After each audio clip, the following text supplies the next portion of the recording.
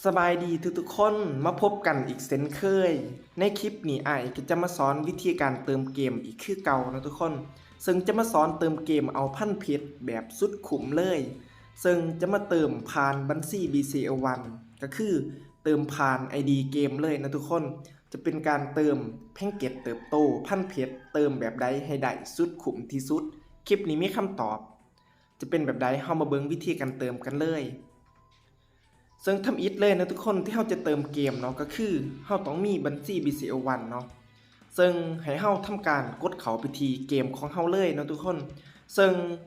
เราสามารถเติมผ่าน ID เกมบ่ว่าจะเป็นเราล็อกอินผ่าน Facebook แต่การล็อกอินผ่าน Google ก็สามารถเติมได้เลยเนาะ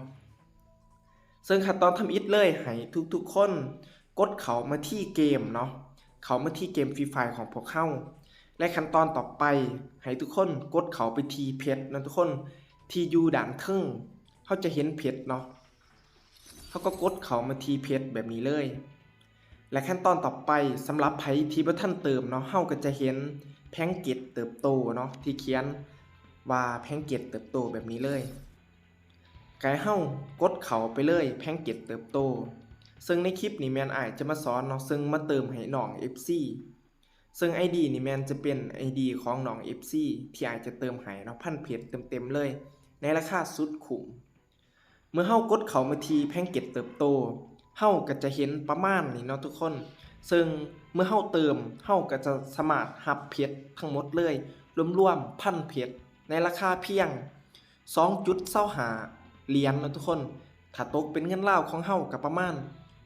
60,000ปลายๆนะทุกคน60,000กีบเนาะหรือว่า60ปลายพันประมาณนี้แหละเนาะและเฮาจะเติมเนาะทุกคนผ่านบัญชี BCL1 แพ็งเกจเติบโตให้ทุกคนกดเข้าไปที่เงินเหรียญได้เลยเนาะกดเข้าไปเลยแล้วก็รอท่าเข้า1เด้อทุกคนและมันก็จะเข้ามาสู่ขั้นตอนนี้เลยและขั้นตอนต่อไปที่เฮาจะเฮ็ดก็คือให้ทุกคนล็อกอินหรือว่าผูกบัญชี BCL1 ก็คือ Smart Mastercard ในบัญชี BCL1 ของพวกเฮาให้เรียบร้อยนะทุกคนและมันก็จะเข้ามาสู่หน้านี้เลยขั้นตอนต่อไปแม่นให้ทุกคนกดเข้าไปที่ Mastercard จะอยู่ด้านลุมนะทุกคนกดเข้ามาที่ Mastercard ได้เลย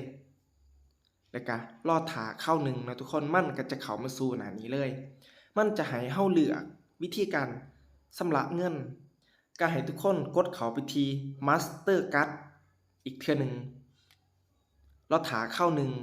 1และขั้นตอนต่อไปให้ทุกคนกดเข้าไปที่คำว่าซื้อในคลิกเดียวนะทุกคนที่เขียนเป็นภาษาไทยเนาะให้เฮากดเข้าไปบัดนึงเลยแล้วก็รอท่าเข้า1ขั้นตอนนี้แม่นมันจะให้เฮาใส่รหัสผ่านล็อกหน้าจอเนาะหรือว่าสแกนล็อกหน้าจอของพวกเฮาก็รอท่าเข้า1เลยทุกคนเพียงเท่านี้ก็เป็นที่สำเร็จ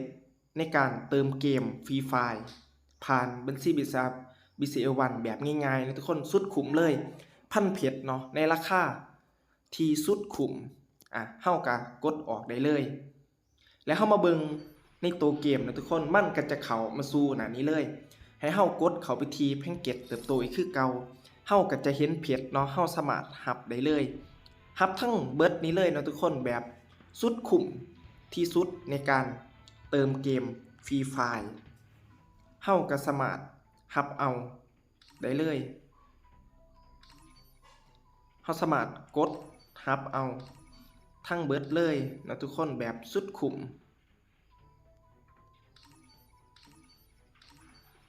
อาจจะรับเนาะซึ่งเพชรในตอนนี้ก็เข้ามาที่เกม Free Fire ของเฮาเป็นที่สำเร็จแล้ว